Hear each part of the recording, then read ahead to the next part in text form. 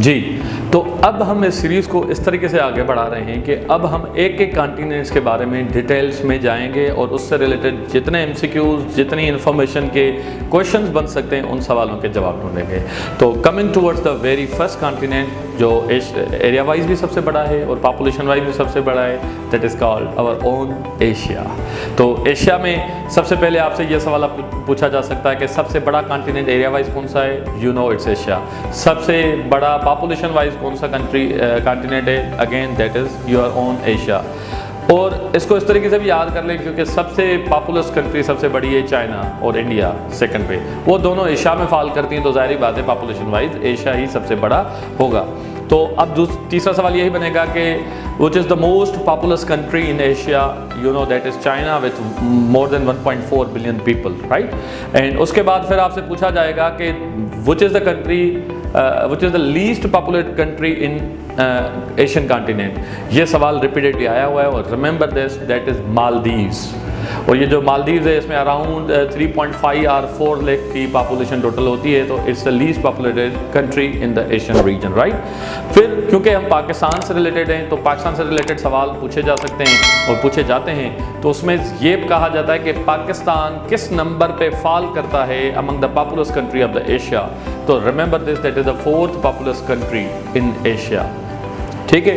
अब उसके अलावा एक और सवाल डेवलप होता है यहाँ पे कि सबसे हाईएस्ट पॉइंट एशिया की कौन सी है? तो remember this, that is the mount Everest, ठीक है। उसके बाद आपका सवाल आता है कि सबसे लोएस्ट पॉइंट एशिया में कौन सी है?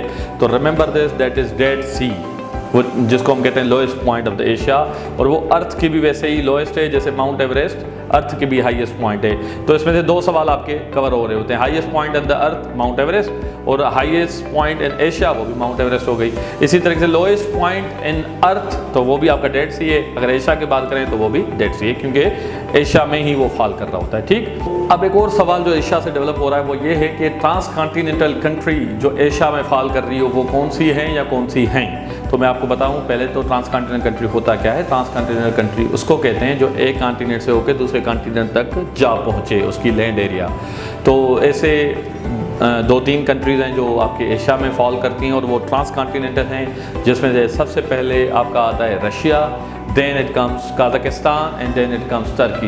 ये 3 कंट्रीज़ जो है ना वो ट्रांस कॉन्टिनेंटल कंट्रीज़ हैं। नॉर्मली लोगों को रशिया का भी पता होता है, टर्की का भी पता होता है, लेकिन बहुत सारे लोगों को काज़ाकिस्तान का पता नहीं होता। अब ये काज़ाकिस्तान जो है वो किस तरीके से ट्रांस कॉन्टिनेंटल है, किस तरीके से यूरोप में भी फॉल करता है, ये इंशाल्लाह मैप के साथ सारी ट्रांस कॉन्टिनेंटल कंट्रीज़ की एक अलग से वीडियो बनाऊँगा। सिर्फ एशिया की नहीं, बाकी कॉन्टिनेंट्स को भी साथ लेके चलेंगे और इसको समझने की कोशिश करेंगे। यहाँ तक आपके लिए ये काफ़ी है। लेकिन यहाँ पर एक और सवाल डेवलप होता है, वो कौन सी सिटी है दुनिया में जो ट्रांस कॉन्टिनेंटल है? तो अब इस सवाल का जवाब मैं आपसे पूछूंगा, ये आप लोगों के लिए क्वेश्चन है जो आप कमेंट्स में जवाब देंगे। तो अब हम चूंकि एशिया को डिस्कस कर रहे हैं डिटेल में, तो अब हम ये डिस्कस कर रहे हैं कि पूरे एशिया कॉन्टिनेंट को किन रीजन्स में डिवाइड किया जाता है, वो कितने रीजन्स हैं और उनके क्या क्या नाम हैं, और फिर उनके एक एक रीजन की हम डिटेल्स में जाएंगे कि उनमें कौन कौन सी कंट्रीज आती हैं और में कहाँ फॉल करती हैं, ठीक है। तो आए बोर्ड की तरफ चलते हैं। तो these are the names of regions, different regions of Asia. There are 5 different regions. Number 1, Central Asia. Number 2, East Asia. Number 3, South Asia. Number 4, Southeast Asia. Number 5, West Asia. अब हम पहले रीजन पे आते हैं जिसको कहा जाता है द सेंट्रल एशिया। अब ये जो सेंट्रल एशिया है, इनकी जितनी भी कंट्रीज़ हैं उनको इन 2 नाम्स के साथ पहचाना जाता है, जाना जाता है। इनसे रिलेटेड एमसीक्यूज़ भी आते हैं कि व्हाट इज़ द स्टांस, ये जो स्टांस कंट्रीज़ कौन सी होती हैं, STANS, और इनको कार्स भी कहा जाता है, CARS। तो इनको ये क्यों कहा जाता है, पहले इसको देख लेते हैं, उसके बाद फिर हम इसकी डिटेल में जाते हैं। इसको स्टांस इसलिए कहा जाता है क्योंकि इन सारे कंट्रीज़ की जो एंड होती है लफ्ज़ों की वो स्टांस पे होती है, like Tajikistan, like Uzbekistan, Kazakhstan, Turkmenistan, Kyrgyzstan. इसी वजह से इनको स्टांस कंट्रीज़ भी कहा जाता है। और उसके अलावा इसको कार्स क्यों कहा जाता है, इस सवाल का जवाब ये है कि it stands for central Asian republics. इसी वजह से इसको कास्ट कंट्रीज भी कहा जाता है। और ये रिपीटेड सवाल आता है कि इनमें से which of the following is not the cast countries or which of the following is the cast country. तो ये सवाल का जवाब भी आपका यहाँ से हल हो जाएगा। अब चलते हैं कि ये टोटल जो कंट्रीज मैंने आपको नाम भी बता दिए और इसको हम मैप में भी देखने की कोशिश करते हैं। तो ये सारी आप जो पिक्चर देख रहे हैं, this is the map of Asian continent.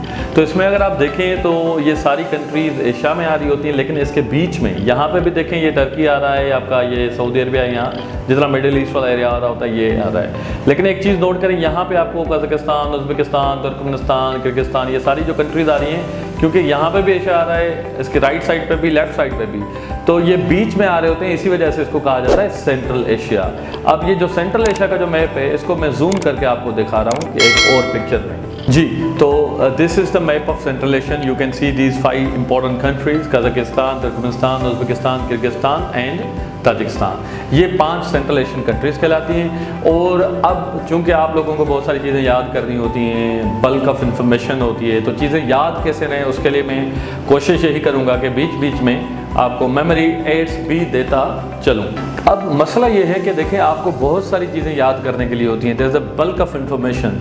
तो अब ये चीज़ें याद कैसे की जाएँ, तो एक मैं मेमोरी एड भी आपको बताता चलूँ, और मैं यही कोशिश करूँगा कि बाकी ज्योग्राफी के क्लासेस में आपको मेमोरी एड्स भी देता चलूँ ताकि आपको चीज़ें याद रहें। अब इसमें एक चीज़ याद करें कि अगर आपने सेंट्रल एशिया के कंट्रीज याद करनी है तो आपने याद कर लें मिस्टर टुक टुक।